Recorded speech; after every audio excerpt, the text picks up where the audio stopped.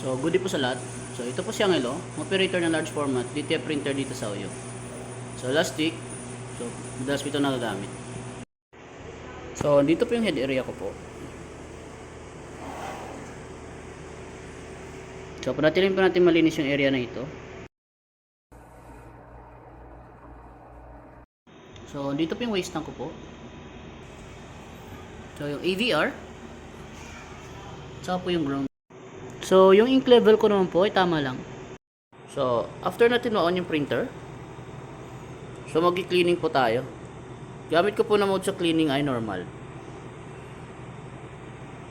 So, after natin mag-cleaning, so mag-nozzle test po tayo.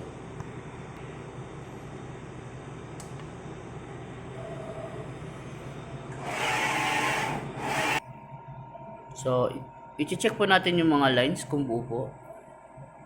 So, pag nakita po natin buo na, pwede na po tayo mag-start sa printing. So, nandito po yung mga inyong supplies ko. Punta naman tayo sa output. So, last week nakapag-run po ako ng 70 meters.